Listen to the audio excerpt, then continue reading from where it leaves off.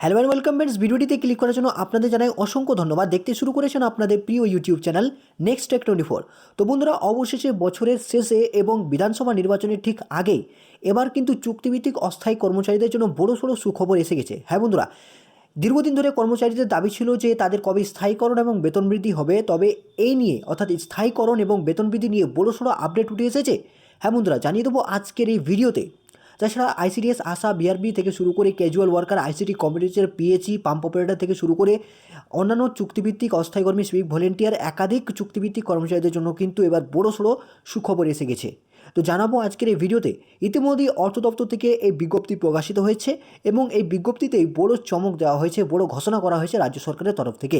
তাহলে এই ভোটের আগে অর্থ দপ্তর থেকে যে বিজ্ঞপ্তি প্রকাশিত হয়েছে সেখানে কী কী সুবিধার কথা বলা হয়েছে, বেতন বৃদ্ধি এবং স্থায়ীকরণ নিয়ে কী বলা হয়েছে, কোন কোন কর্মচারীদের কথা বলা হয়েছে, বিস্তারিত জানাবো আজকের এই ভিডিওতে। তা ভিডিওটি অনুরোধ শেষ পর্যন্ত আপনারা অবশ্যই দেখুন। চ্যানেলে নতুন দর্শক হয়ে থাকলে এখনই চ্যানেলটিকে সাবস্ক্রাইব করতে ভুলবেন না এবং আপনার কোন কর্মচারী অবশ্যই সেটা লিখে জানাতে ভুলবেন না কমেন্ট সেকশনে। আসছি এবার বিস্তারিত খবরে। দেখুন বন্ধুরা, খবরটি গতকালই একটি নিউজ ওয়েবসাইট থেকে এই খবরটি প্রকাশিত হয়েছে। সেই খবর বা সেই সূত্র মারফত থেকে আমি আপনাদের এই খবরটি জানাচ্ছি। এই খবরটি আপনাদের সঙ্গে পরিবেশন করব। তো দেখে নিন। তো যেমনটা আপনারা জানেন যে চুক্তিভিত্তিক কর্মচারীদের কয়েক বছর আগে বেতন বৃদ্ধি করা হয়েছিল। সর্বশেষ বেতন বৃদ্ধি করা হয়েছে 2021-22 সালে এবং লোকসভা ভোটের আগে তাদের বেতন বৃদ্ধি হয়েছিল কিছুটা হলেও। এবার বেশিরভাগ চুক্তিভিত্তিক কর্মচারীরা কিন্তু বঞ্চিত হয়ে গেছিলো, কারণ তাদের কিঞ্চিত পরিমাণে বেতন বৃদ্ধি করা হয়েছিল এবং মাইনে বাড়ানো হয়েছিল, যার ফলে কর্মীদের সরকারের বিরুদ্ধে ক্ষোভ জাগ্রত হতে থাকে। অবশেষে এবার এই নিয়ে কি আপডেট দিল রাজ্য সরকার। ভোটের আগে বেতন বাড়লে কোন কোন কর্মচারীদের বেতন বাড়তে চলেছে সেটা ইঙ্গিত দেওয়া হয়েছে। দেখুন, ডাব্লিউবি কন্ট্রাকচুয়াল এমপ্লয়িজ, রাজ্য সরকারি কর্মচারীদের চুক্তিভিত্তিক কর্মচারীদের জন্য বড় ঘোষণা। অর্থ দপ্তর থেকে নতুন বিজ্ঞপ্তি, কাদের মিলবে সুবিধা, এটা হেডলাইন্সে বলা হয়েছে। এবার আমরা বিস্তারিত দেখে নিচ্ছি। দেখুন বন্ধুরা, বলা হচ্ছে ডাব্লিউবি কন্ট্রাকচুয়াল এমপ্লয়িজ, পশ্চিমবঙ্গ সরকারের অর্থ দপ্তর থেকে রাজ্য সরকারের চুক্তিভিত্তিক কর্মচারীদের জন্য একটি অত্যন্ত গুরুত্বপূর্ণ আপডেট সামনে এসেছে। গত 16ই ডিসেম্বর 2025 তারিখ থেকে নবান্নের থেকে একটি মেমো নম্বর প্রাপ্ত নোটিশ প্রকাশিত হয়েছে, যার মেমো নম্বর হচ্ছে 4490 FP2। এর মাধ্যমে রাজ্য সরকারি কর্মচারীর এবং রাজ্য সরকারি দপ্তরে কর্মরত হাজার হাজার অস্থায়ী ও চুক্তিভিত্তিক কর্মচারীর চাকরির শর্তাবলী এবং প্রাপ্য সুযোগ সুবিধা নিয়ে বড় সড়ো ধোঁয়াশা দূর করা হয়েছে। অর্থ দপ্তরের অতিরিক্ত মুখ্য সচিব PK মিশ্রের স্বাক্ষরিত এই বিজ্ঞপ্তিতে স্পষ্ট করা হয়েছে যে ঠিক কোন ক্যাটাগরির কর্মীরা রাজ্য সরকারের দেওয়া যে বিশেষ বিশেষ সুবিধা, যেমন বেতন বৃদ্ধি এবং স্থায়ীকরণ পাবে বা কারা পাবেন, কোন কোন ক্যাটাগরির অন্তর্ভুক্ত কর্মীরা পাবেন, সেটা কিন্তু বেশ স্পষ্ট করা হয়েছে। অর্থাৎ যে দীর্ঘদিন ধরে কর্মচারীদের নিয়ে একটা ধোঁয়াশা ছিল যে কোন কোন কর্মচারীদের স্থায়ীকরণ হয়েছে বা বেতন বৃদ্ধি হয়েছে, সেটা নিয়ে একাধিক তারা ধোঁয়াশা পড়েছিল।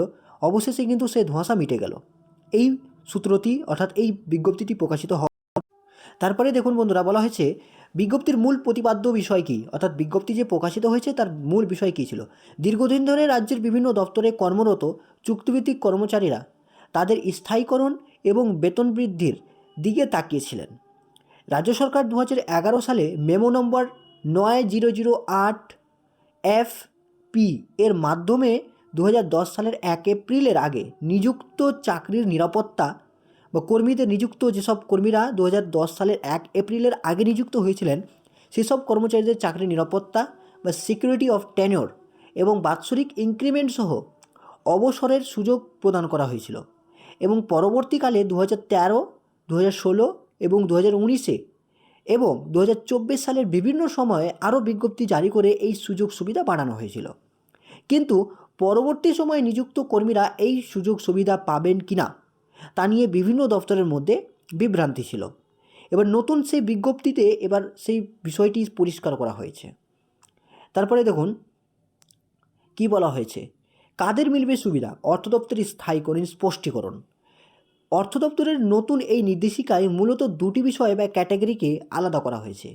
নিচে তা বিস্তারিত বলা হয়েছে। দেখুন কি বলা হয়েছে, যে যারা সুবিধা পাবেন। অর্থ দপ্তর জানিয়েছে 2011 সালের 9008 FP মেমো জারি হওয়ার পরেও রাজ্য সরকার বেশ কিছু ক্ষেত্রে নতুন চুক্তিভিত্তিক কর্মী নিয়োগের অনুমতি দিয়েছিল এবং সেই নিয়োগের শর্তে যদি স্পষ্টভাবে উল্লেখ থাকে যে ওই কর্মীরা 9008 FP এর নিয়ম অনুযায়ী নিযুক্ত হচ্ছেন, তবে তারা সমস্ত সুযোগ সুবিধা পাবেন। তারপরে দেখুন, এক্ষেত্রে চাকরির মেয়াদ 5 বা 10 বছর পূর্ণ না হলেও তারা 2013, 2016, 19 এবং 24 সালে ঘোষিত বর্ধিত পারিশ্রমিক এবং অন্যান্য সুযোগ সুবিধা, যেটা মেমো নম্বর 1091P2 এর বলা হয়েছিল, এবং এর আওতাভুক্ত থাকবেন।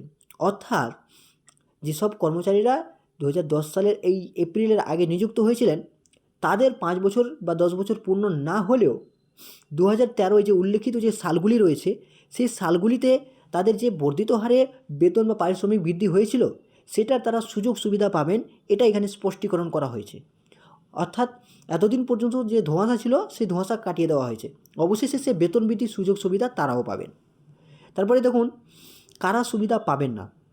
অন্যদিকে অর্থ দপ্তরে বিভিন্ন সময়ে বিশেষ প্রয়োজনে সম্পূর্ণ আলাদা শর্তাবলী এবং বেতন কাঠামোতে কিছু চুক্তিভিত্তিক কর্মী নিয়োগের অনুমোদন দিয়েছে, এবং এই বিশেষ ক্যাটাগরির কর্মীরা 9008 FP বা তার পরবর্তী সংশোধিত অর্ডারগুলির কোনো সুযোগ সুবিধা দাবি করতে পারবেন না।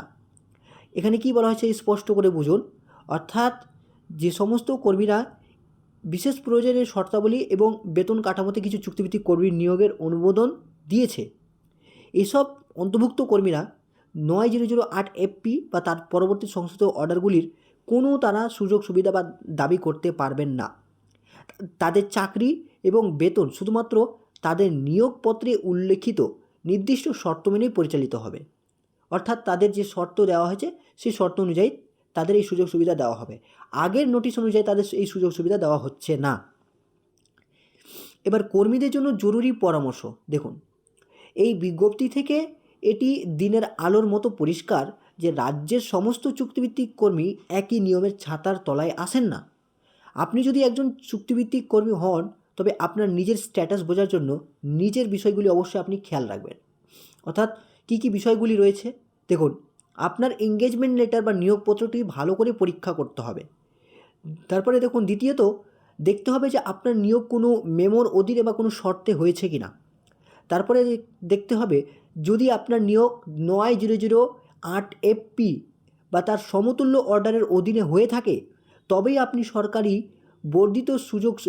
যেসব সুযোগ সুবিধা রয়েছে, যা বর্ধিত সুযোগ সুবিধা দেওয়া হয়েছে, সেটার আপনি প্রাপ্য হবেন বা যোগ্য বলে বিবেচিত হবেন। এটা কিন্তু অবশ্যই আপনাকে খেয়াল রাখতে হবে যে মেমো নম্বর 9008 FP এই মেমো নম্বরের অধীনে হতে হবে। এই মেমো নম্বরের অধীনে যে অর্ডার প্রকাশিত হয়েছে, সেই অর্ডারের অধীনে আপনার নাম থাকতে হবে বা নিয়োগপত্র থাকতে হবে।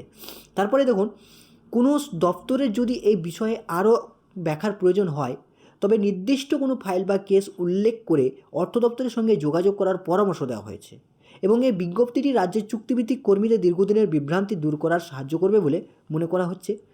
অবশ্যই এখানে কিন্তু এবার ব্যাপারটা স্পষ্ট হয়ে গেল যে যেসব কর্মচারীদের বিভ্রান্তি ছিল, কাদের বেতন বৃদ্ধি হবে বা কাদের বেতন বৃদ্ধি হবে না, বিগত সালের যে অর্ডার অনুযায়ী, সেই অর্ডার অনুযায়ী কিন্তু এবার স্পষ্ট করে দেওয়া হয়েছে রাজ্য সরকারের তরফ থেকে বিজ্ঞপ্তি জারি করে। তো এই ছিল আজকের আপডেট বন্ধুরা, এবং পরবর্তী আপডেটের জন্য চোখ রাখুন আমাদের চ্যানেলে। সামনে ভোট আসছে, এবং ভোটের আগে অবশ্যই আপনাদের চোখ রাখতে হবে আমাদের চ্যানেলে, কারণ দারুণ দারুণ আপডেট আসতে চলেছে চুক্তিভিত্তিক কর্মচারীদের জন্য।